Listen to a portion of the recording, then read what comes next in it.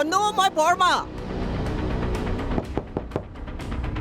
অনু দৰ্জাখন খোলাচোন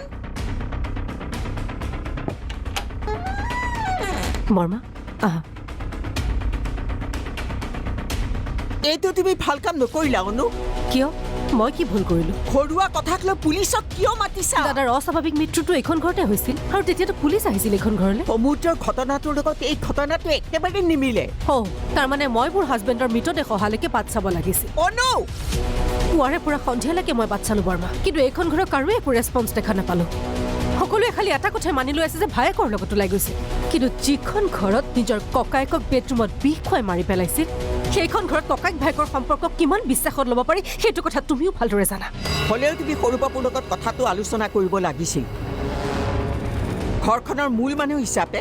ঘৰলৈ পুলিচ পতা কথাটো তেওঁক জনাব লাগিছিল ঘৰখনৰ মূল মানুহ হিচাপে দেউতাই আগতীয়াকৈ পুলিচক খবৰ দিব লাগিছিল কাৰণ এইখন ঘৰত তেনেকুৱা ঘটনা আগতেও হৈছে এবাৰ মোক ভুল নুবুজিবা বৰ্মা অকালতে বিধৱা সাজযোৰ পিন্ধাৰ মোৰ একেবাৰে ইচ্ছা নাই যাৰ কাৰণে মই পুলিচক খবৰ দিবলৈ বাধ্য হলো আৰু এই ক্ষেত্ৰত যদি তুমি ভাবিছা মই তোমাক দুখ দিছো বা ভুল কৰিছো তেতিয়াহ'লে তাতো মোৰ কোনো আপত্তি নাই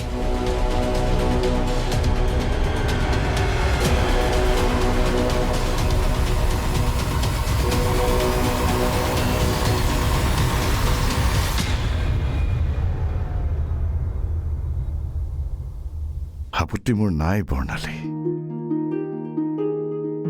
পুলিচে মাতক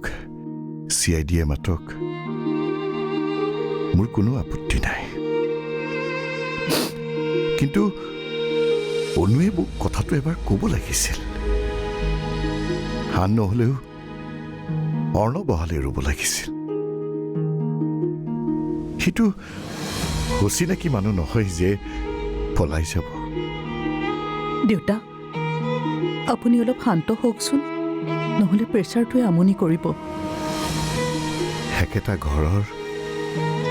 একেখন চাদৰ তলত থকা মানুহখিনিৰ মাজতে যদি বুজাবুজি নাথাকে তেনেহ'লে পৰিয়াল কেনেকৈ চলিব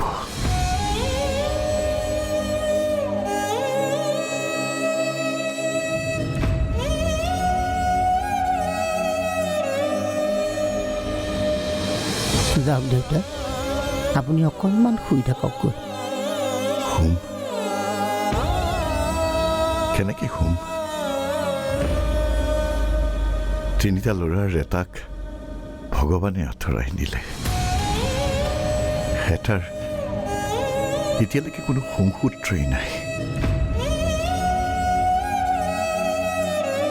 আৰু আনটোক বিনা দুখত পুলিচে লৈ গ'ল একমাত্ৰ পৰিয়ালৰ মাজত থকা ভুল বুজাবুজিৰ বাবে